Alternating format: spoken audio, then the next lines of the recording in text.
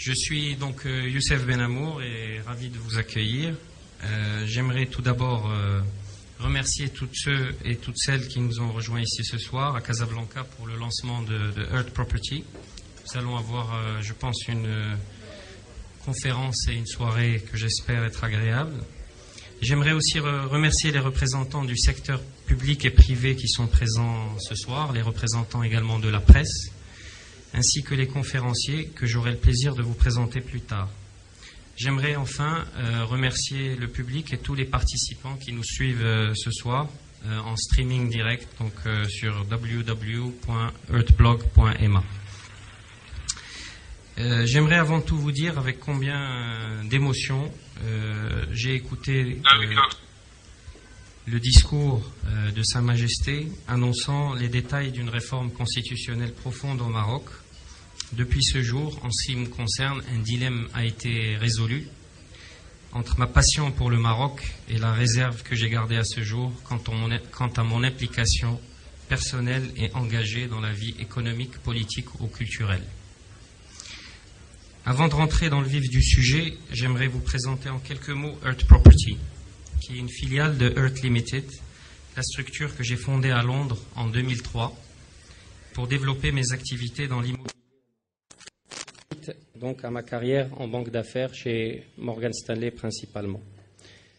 Earth Property est une plateforme de conseil, de promotion et de commercialisation immobilière qui a repris en décembre dernier les équipes et les projets de Hamptons au Maroc et qui par la même occasion a renouvelé un accord de partenariat avec Hamptons en Grande-Bretagne qui est une filiale maintenant du groupe Countrywide. Je tiens à préciser que Earth Property opère aussi bien dans le secteur du luxe que sur les autres positionnements de l'immobilier et que nos activités dans le secteur immobilier résidentiel ou professionnel concernent avant tout des projets où notre méthodologie de travail peut apporter une valeur ajoutée. Nous avons en ce moment plusieurs projets sur lesquels nous travaillons activement et si vous avez vu des encarts tout à l'heure au niveau de la salle du Earth Lounge qui était vide, c'est parce que nous allons vous les présenter après la conférence et qu'on voulait laisser l'élément de surprise. Le premier projet sur lequel je travaille est un fonds d'investissement. C'est intitulé les résidences d'Hyar Vacances, qui est un projet de 10 résidences touristiques destinées à la classe moyenne montante au Maroc et que nous allons vous présenter pour la première fois ce soir. Le projet sera dirigé par Geneviève Gillon, directeur du département des résidences touristiques de Earth Property, qui est en déplacement ce soir et qui a plus de 30 ans d'expérience dans le domaine. Geneviève nous rejoint de Résid'Hôtel après une carrière au sein du groupe Pierre et Vacances et plus particulièrement Maeva. Le deuxième projet que nous allons, non pas cette fois vous présenter, mais sur lequel nous allons vous updater, et le projet du Ritz-Carlton Tamouda Bay, pour lequel nous sommes à la fois les commercialisateurs exclusifs et les conseils auprès du promoteur. En ce qui concerne ce projet, je vous présenterai ultérieurement donc Saad Bouhafes, qui est manager des nouveaux projets immobiliers. Au sujet du Ritz, dont vous avez certainement tous entendu parler, vous pourrez constater ce soir pour la première fois depuis notre lancement en juillet dernier l'avancement des travaux. En réalité, l'ampleur d'un chantier, une première au Maroc, et ce à travers un reportage photo qui vous est présenté ce soir, daté du 8 avril dernier. J'espère que le reportage parlera de lui-même. Nous travaillons aussi en ce moment sur des projets dans le secteur hôtelier, et j'ai le plaisir d'accueillir ce soir Marc El Awadi, qui nous rejoint, qui est donc notre Chief Hospitality Advisor, et qui apporte 35 ans d'expérience dans le secteur et dont dans la direction opérationnelle de plusieurs divisions du groupe Marriott et du groupe Hilton. J'ai appris en fait que vous connaissiez par là. Alors, pour aller directement dans le vif du sujet, qui est donc le sujet que je vais couvrir aujourd'hui, qui est sur les problématiques de vision et d'éthique, avant de donner la parole donc à Fouad. Je dirais que la problématique de la vision peut se résumer en 5 points fondamentaux.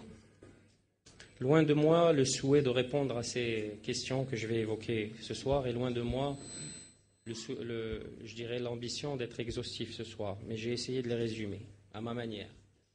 Le premier point pour la vision est avant tout, à mon sens, un point de question culturelle.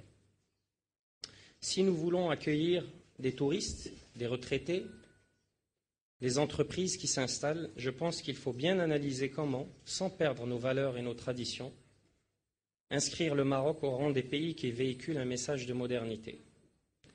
Car l'immobilier, le tourisme ou les affaires ne peut malheureusement pas s'affranchir d'un tel message.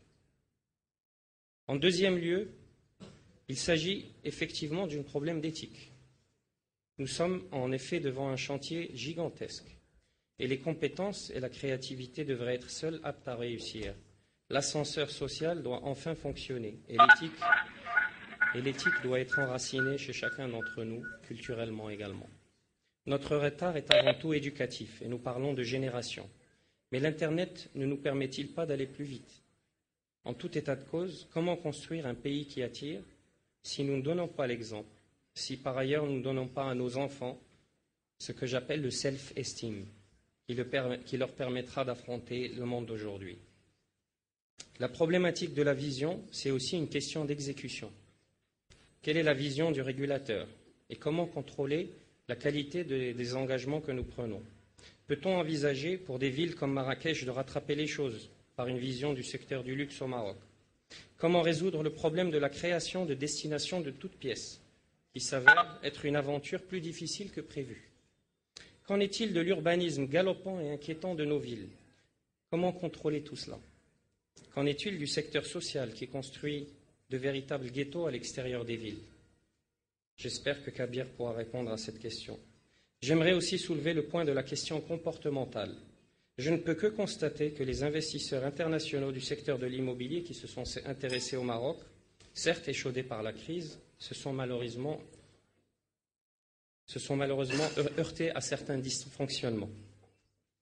Il est maintenant temps de se mettre réellement au service des investisseurs. Il est aussi temps de voir notre intérêt dans l'association avec nos pays voisins, les uns sans les autres. Pouvons-nous atteindre une masse critique devant cette forteresse Europe? Je ne pense pas. Ce sont toutes des questions que je vous invite à considérer ce soir. Le troisième volet est l'accompagnement de l'État et le rôle du régulateur dans le processus du développement. J'aimerais à ce titre donner un exemple. L'idée de créer un centre financier à Casablanca, dont nous avons tous entendu parler, et par exemple, je ne prends cet exemple que parce qu'il m'est venu à l'esprit au moment où j'écrivais ce discours, brillante. Mais pour attirer des financiers, il faut une ville attrayante, un vrai tourisme à Casablanca. Qu'est-ce qu'on attend pour libérer le front de mer? Qu'est-ce qu'on attend pour réhabiliter la vieille ville? Qu'est-ce qu'on attend pour faire de Casablanca une ville digne des plus grandes capitales? La problématique de la vision est aussi une question de financement. C'est le sujet que va couvrir Fouad ce soir. Nous avons certes de grandes ambitions, mais comment on va payer pour tout cela? Peut-on exiger des banques un financement qui dépasse le cadre du moyen terme alors que les investissements sont dans les 20 ou 30 prochaines années? Quel rôle l'État doit jouer dans ce contexte? La problématique de la vision est aussi une question d'environnement. C'est le sujet que va couvrir mon ami Elie. Dans d'autres pays, les constructions ont détruit des pans entiers de leur littoral. Bien entendu, nous ne devons pas réitérer ces erreurs. Mais comment sensibiliser au moment où nous n'avons pas encore digéré les questions que j'ai évoquées ci avant? Le Maroc dispose, et je vais m'en arrêter là, d'une chance inouïe, celle de son positionnement géographique. Au carrefour de plusieurs civilisations, le Maroc peut se positionner comme un hub entre l'Europe, l'Afrique et le Moyen-Orient. Cette attraction inéluctable nécessite, pour qu'elle puisse réellement fonctionner, un changement culturel et comportemental profond et une approche proactive du régulateur pour accompagner la réussite de cette ambition. Dans un monde nouveau et une prise de main ensemble de ces sujets, je n'ai pas de doute que le Maroc connaîtra ses 30 glorieuses.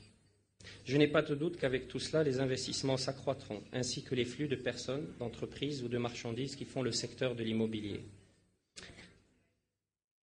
Je n'ai enfin pas la prétention d'apporter les réponses à ces questions. J'invite donc tous ceux et toutes celles qui nous écoutent à créer un vrai débat national. au moment où les ouvertures sont maintenant possibles et où je remarque l'absence d'un tel débat. Combiné à la puissance de l'Internet, j'espère que nous pourrons rattraper ce temps perdu à une autre cadence que celle qu'on veut bien se donner. Pour débattre de ces sujets, j'aimerais vous présenter nos conférenciers. Nous limiterons nos interventions à 10 minutes par conférencier et ensuite nous ouvrirons donc le débat avec la salle pour finir à 20 heures.